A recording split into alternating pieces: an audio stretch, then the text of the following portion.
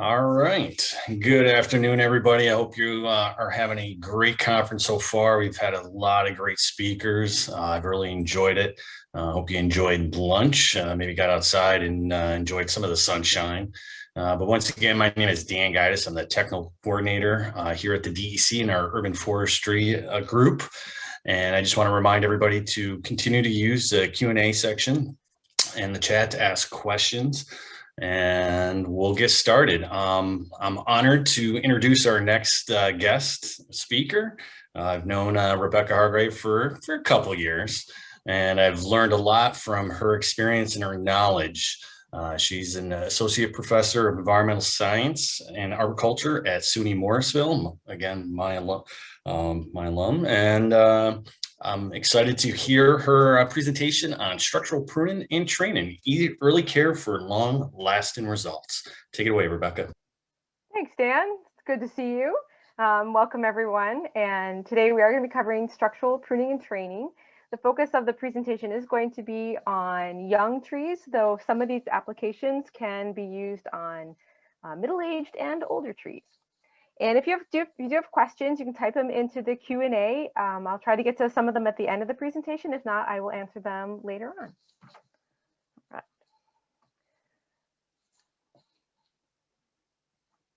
Oops, there we go. Okay. So you've probably all seen a tree that looks like this before. This is a Norway maple, and so this is not uncommon. We have a mature tree, 3 codominant stems. You can see they all come together in the same spot, and that union has included bark. There's a crack forming between those two that we can see. And so we can assume that there's decay in there. It's collecting water and organic matter. And so we know we have an idea of what's going to happen to this tree down the road. Odds are one of those leaders is going to rip out, or somebody might decide that we need to prune one of them off. And the ultimate result is going to be something like this. And so here's the tree on the left. This is a silver maple. That wound is about 20 inches across. This large limb fell out on, it was not a terrible summer storm, just a regular rainy day, just one drop too many. And that limb ripped out of there, landed on some other trees in our little arboretum at the campus. And this was an avoidable, preventable situation had this tree been pruned properly years ago. The tree on the right, this is another Norway maple.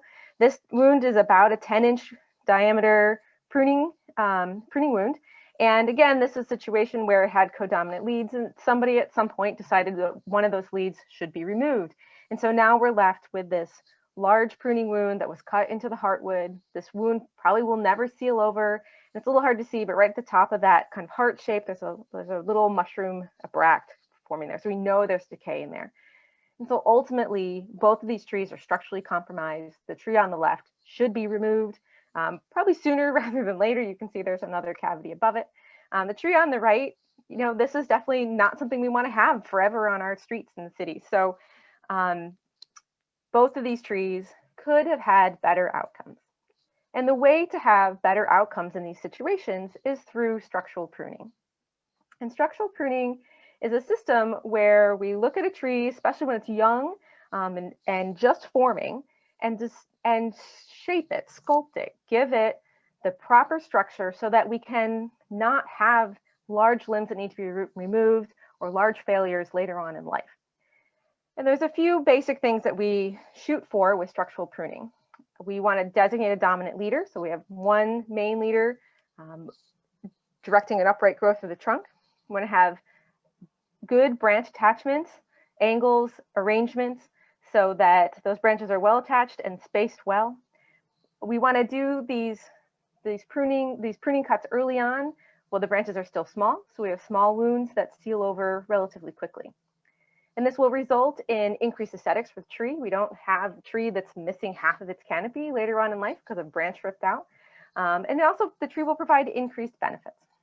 More shade, more carbon sequestration, all those things. And some structural pruning can also save us a lot too. There's significantly decreased cost. If I remove those limbs or prune them properly now while the tree is still small, we're standing on the ground, we're using hand tools or electric pole chainsaw. I don't have to climb the tree, I don't have a lift. So it's much cheaper, it's much faster. There's decreased risk to the people that are doing the pruning, as well as decreased risk to the tree. And so we can save a lot of time and money. It can improve tree longevity, so a tree can stay in our landscape longer. And that's really what we want. It does require us to be proactive. We have to put a plan in place. As soon as that tree is planted, we need to start thinking about when we're going to prune it and how often we're able to prune it. We can't be reactive. We can't wait until that tree's 60 years old and that limb needs to go.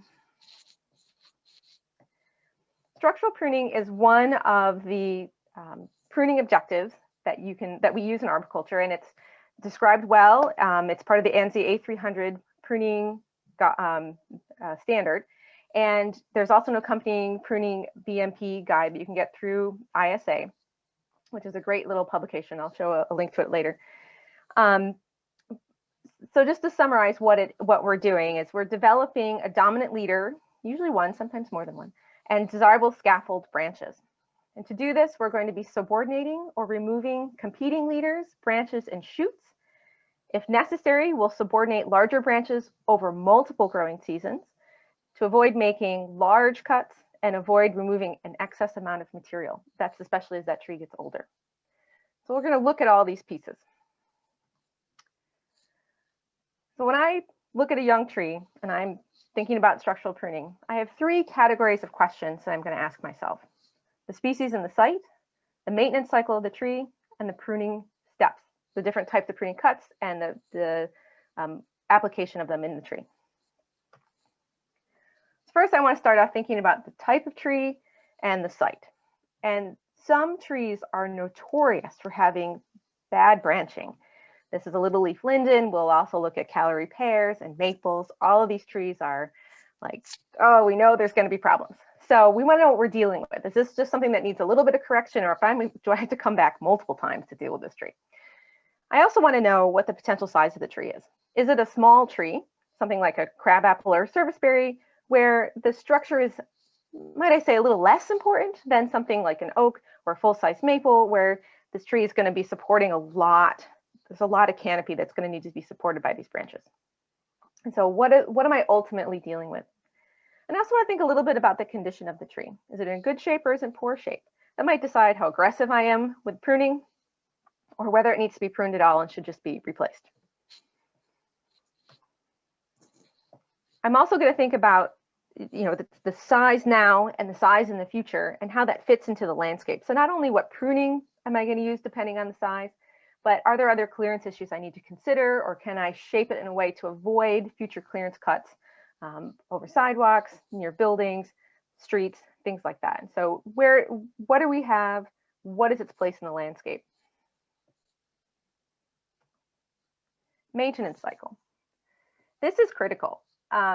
Ideally, when we're pruning for structure, you're going to plant, after you plant that tree, I usually wait a couple of years for it to become established, you know, the roots to start growing and the tree to really, you know, start doing its own thing. So usually the first couple of years, it just kind of hangs out.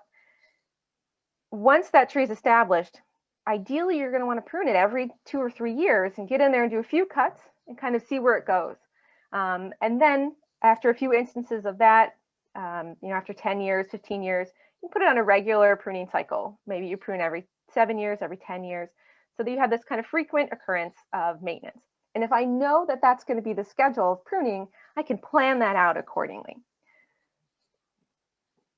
If it's infrequent, so maybe I'm going to prune it once when it's young, and then maybe 20 years later, the types of cuts I'm going to make are going to be different. I'm going to have to prune that tree more aggressively at each entry when I go in to prune, because I know I'm not going to see it that frequently. And so it's going to change the types of cuts I make. Ideally, you'd have this frequent pruning cycle, but infrequent is workable.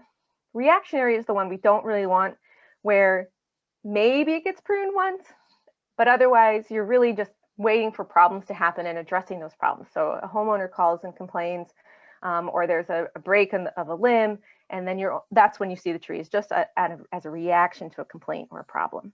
So ideally, we're going to prune every couple of years once that tree is established, until it's kind of an adolescent tree, and then it can have a longer pruning cycle. And so this tree right now, looking at an oak, codominant leads, I need to get on this now, ideally, And just by making a few cuts here, I can alter the way this tree is going to grow instead of waiting 30 years and then having a problem. Whenever I look at an individual tree, when it's time to actually make the cuts, these are the sequence of things I need to think about. And so I always start by looking at or identifying what are the dead, damaged, and broken branches. And typically I'll remove them first, and then I can take a step back and see what I really have to work with. Now I'm on a campus, oftentimes city and park trees get damaged regularly, so you want to get those branches out of there. They're not going to contribute going forward. And then I want to think about that dominant leader.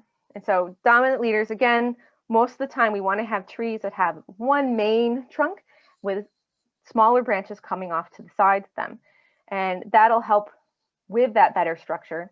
So we want to develop that main trunk. That's often a primary goal. And we want that trunk to be larger in diameter than all of the other branches. So here's a few diagrams. And if you'll note, starting on the left, we have 3 options. And so this tree has 3 competing leaders, A, B, and C. And if we look at, when we look at the tree and trying to decide which ones to keep or which one to keep, I generally look for 2 things: how central the leader is to the tree, and then also what is the distribution of branches on that lead.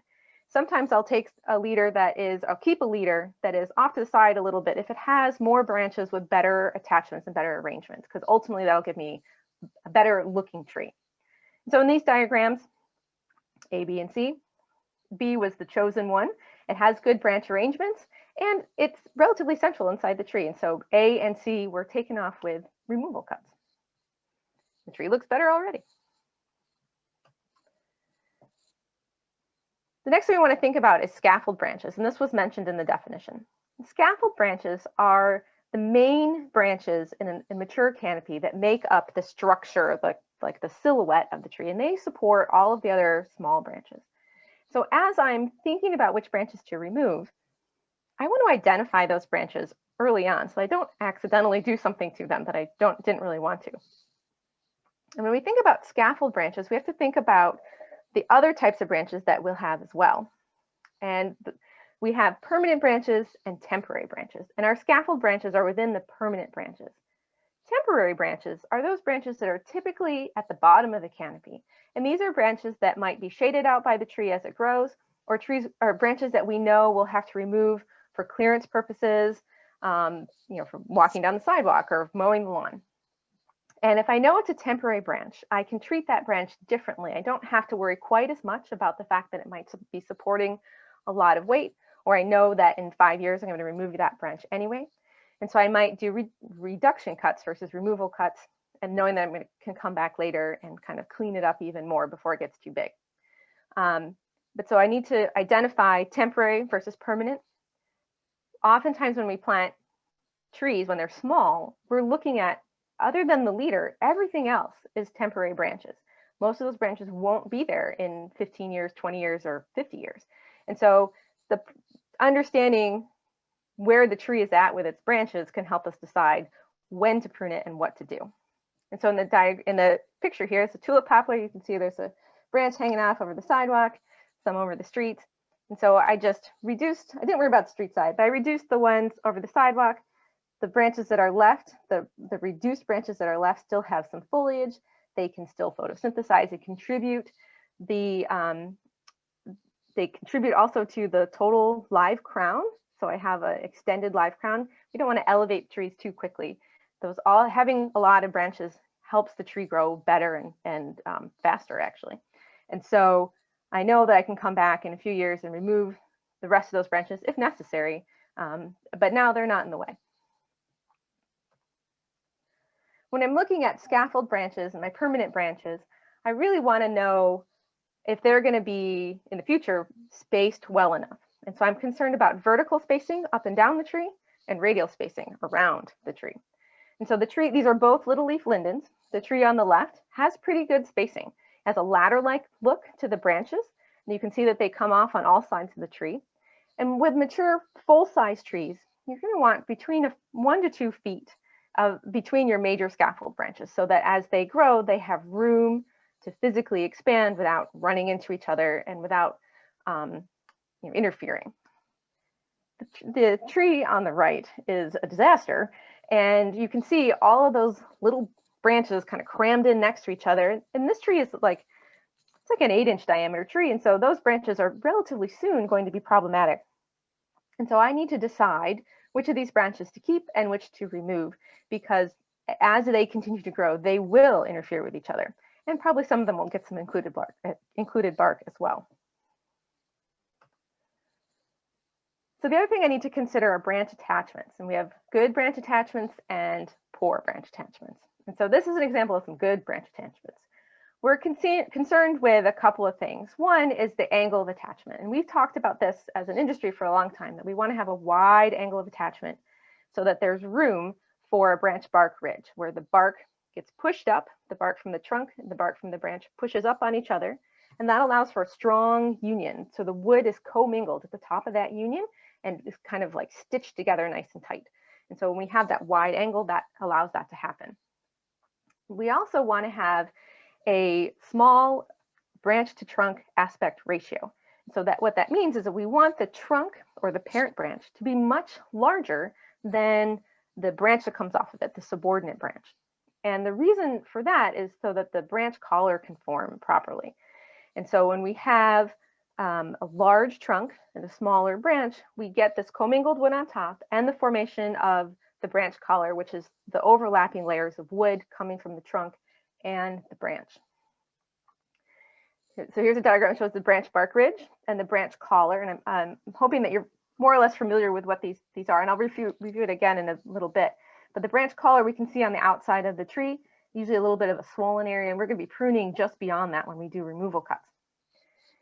In between the branch collar, or like underneath the branch collar, below the branch bark ridge, we have this area in the wood that's called the branch protection zone. And this is a specialized area of wood that helps prevent decay from a branch moving into the trunk. And so if the branch is damaged or removed, that branch protection zone is going to help keep out decay to make the tree last longer. And so we really want to have branch protection zones. And so it's important when we're pruning to not prune into the branch collars to not damage that. But we also want to encourage the formation of branch protection zones.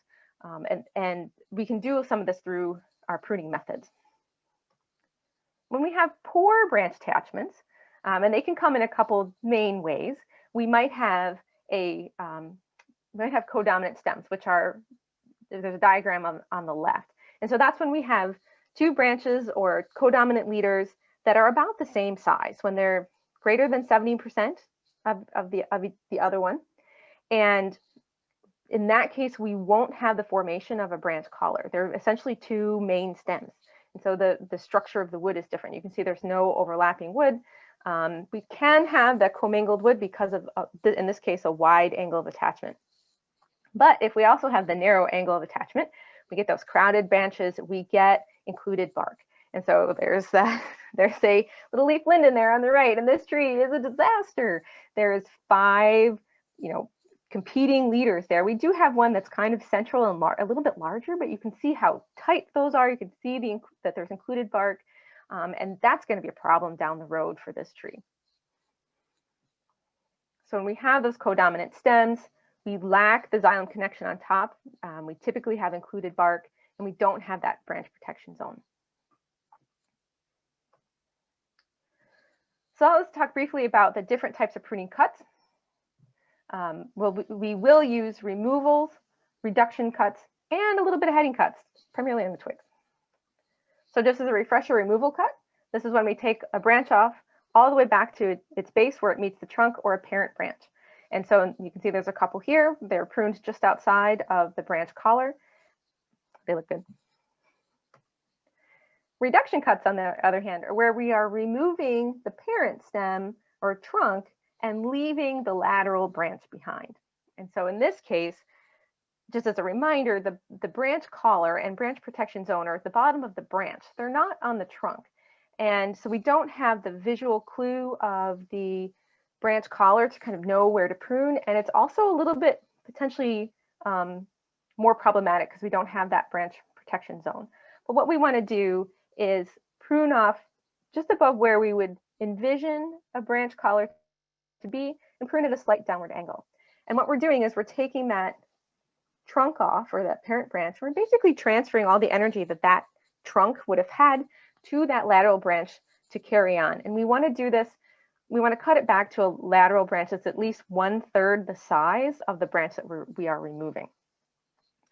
Reduction cuts, when we're pruning off a codominant leader, it's the same kind of concept because there is no branch collar. And so while it might kind of look like a reduction cut because we're taking, or excuse me, a removal cut because we're taking it all the way back, it's more biology like a reduction cut. And so the same principles apply, where we kind of envision where the branch collar would be and prune just beyond that at a slight downward angle.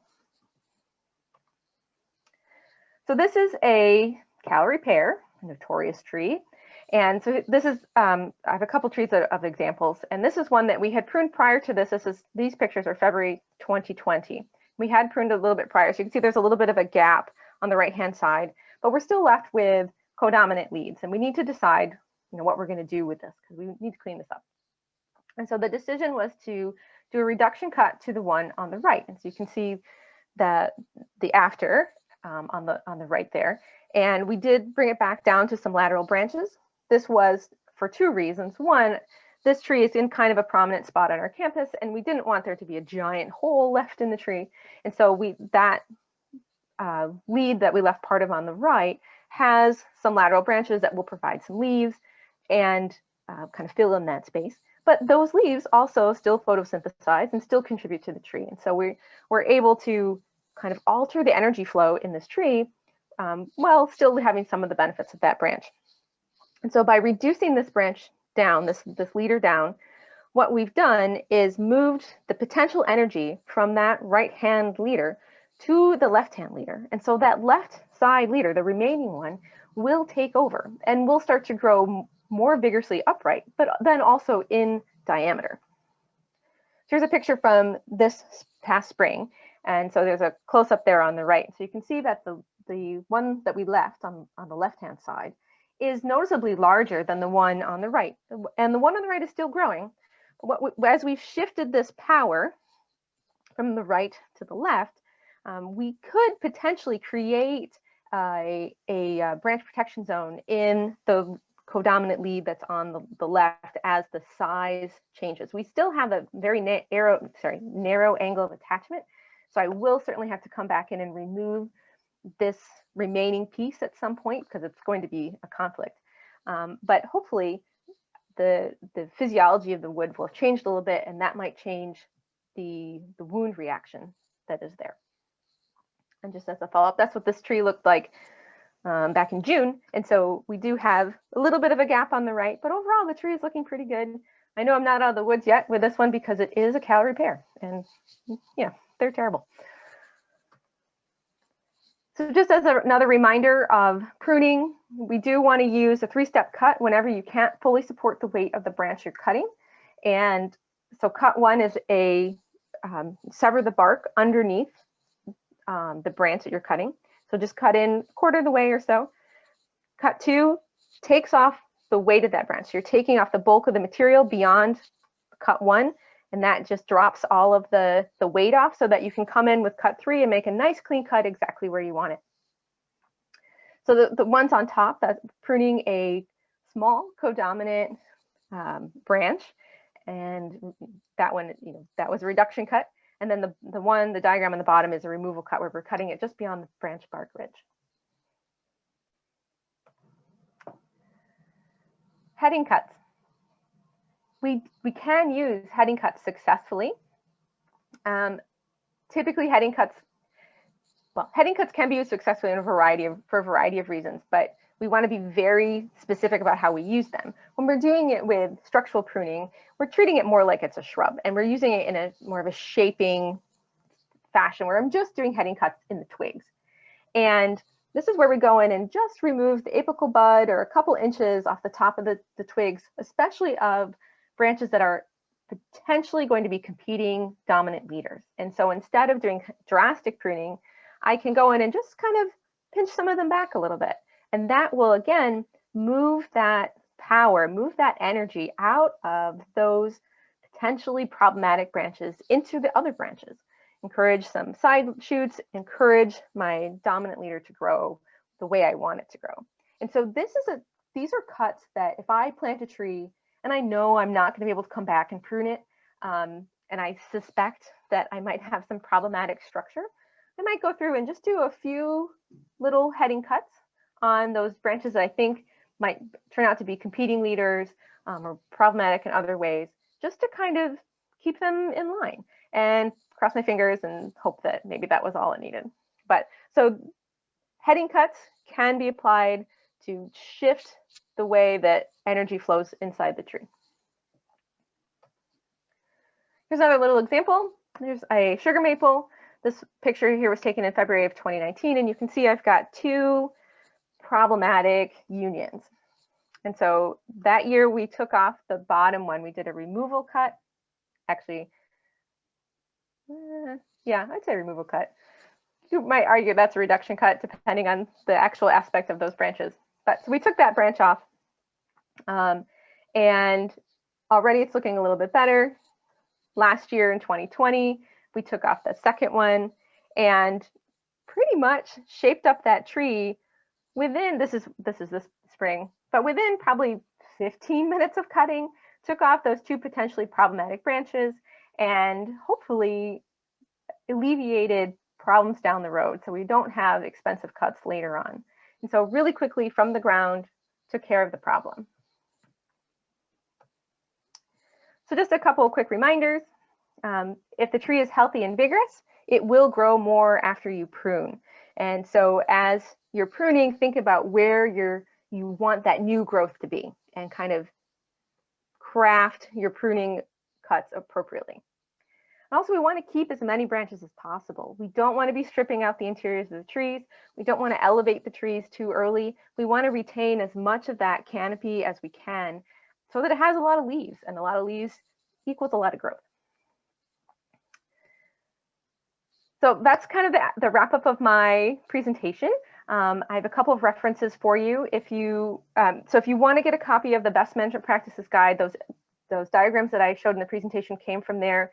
The International Society of Arboriculture store has the ANSI A300 standard and the Best Management Practice accompanying booklet. Highly recommended. It's written for anyone to read, so that's nice. And a great website is University of Florida Pruning Shade Trees, Dr. Ed Gilman's site, and it has fact sheets, videos, tutorials, kind of everything you need to know for structural pruning as well as other kinds of pruning. And you can take a screenshot of this screen. It might be the easiest thing to do. You can, my email's up there. You can shoot me an email, or you can search for any of these things online. So Dan, I think with that, I will take some questions, and I don't know if I flip over to, maybe Dan, if you want to read some questions to me, that might be the easiest.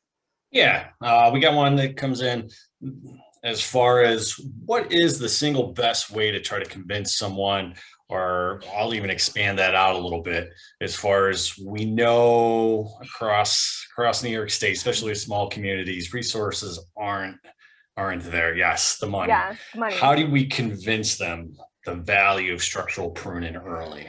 Right. So this is a stitch in time saves 9 kind of concept, but when we're all kind of deferring maintenance for other things, it becomes challenging.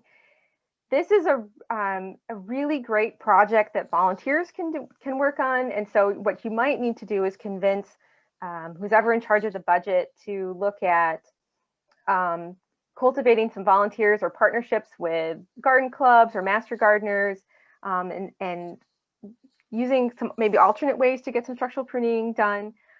It can also be a good project for crews to do in the wintertime when there's maybe not as much to do. I know depending on the day and how much snow we get, there might be a lot to do. But this is something that is, I think, relatively easily taught. So it's something that if somebody has a few minutes, but yes, you do have to have it put on someone's schedule to make it work. All right. Well, that was it for questions. I think this is a great topic. Yep, go ahead. There's one that came in over the Zoom questions. Okay. It says, is there an app you can use to scan a tree that maps out pruning cuts?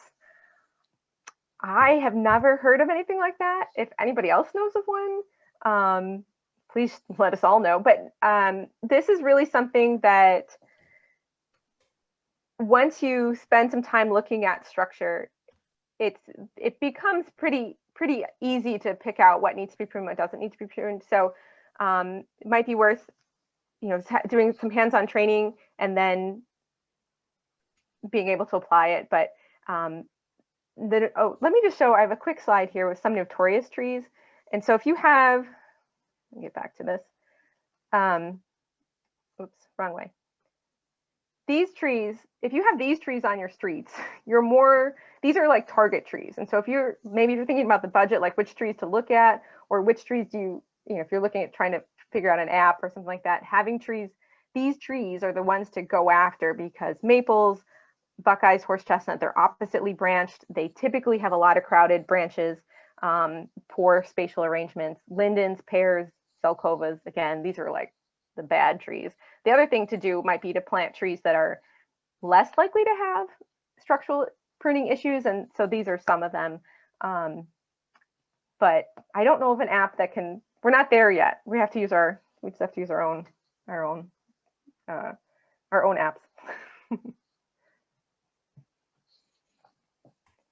All right. And I don't know if you want to go back to, there was a question that came up earlier. I know you responded to that in the chat, but if you want, you got a couple minutes here if you'd like to answer it. How frequently do you suggest structural pruning, starting with planting? And what are some strategies municipalities can use to integrate structural pruning into their maintenance programs? Yeah, so as I said in the presentation, ideally, once the tree's planted and has been established after a couple years, I like to prune that tree every 2 to 3 years. And so if I know I'm going to have access to that tree and I can get it on my schedule, we visit that tree every couple of years so that I don't have to be super aggressive. I can kind of take my time and we can wait for the tree to respond. So do a few cuts and then come back and be like, okay, it did what I thought it was going to do. Doesn't always do that. So even if I only get it once, I plant it, 2 years later I prune it for structure, and then I don't see it again for 7 to 10 years. If I've had that first instance, that's good. But if you can do it every couple of years when the tree is young, that's great. And then put it on a regular cycle. Getting it onto the plan of DPW or a city, I mean, that kind of reflects on the money thing. It has to be a priority for somebody. And that's a little bit of lobbying probably, where you sit down and be like, this is going to save us money over time. This is going to prevent thousands of dollars being expended in 30 years and 50 years. But yeah, you have to have somebody who's able to kind of see that long term. And if you can get a few people trained, and that's their responsibility, maybe even if they're not the ones that actually do it, but their responsibility to coordinate volunteers or whoever, then that's a responsibility to, you've planted 100 trees this year, you planted 100 trees last year. Their job is to manage those relatively newly planted trees within the last 10 or 12 years, and kind of check on them and make sure they're growing the way that they should be. Somebody in the Zoom also asked if I can post these 2 slides. I will copy the content of these kind of notorious trees and easy trees, and I'll post them in the chat for this session. Fantastic. I think this is a great topic, and I think this was a great presentation. I want to encourage folks as far as we move on throughout this conference. Any communities have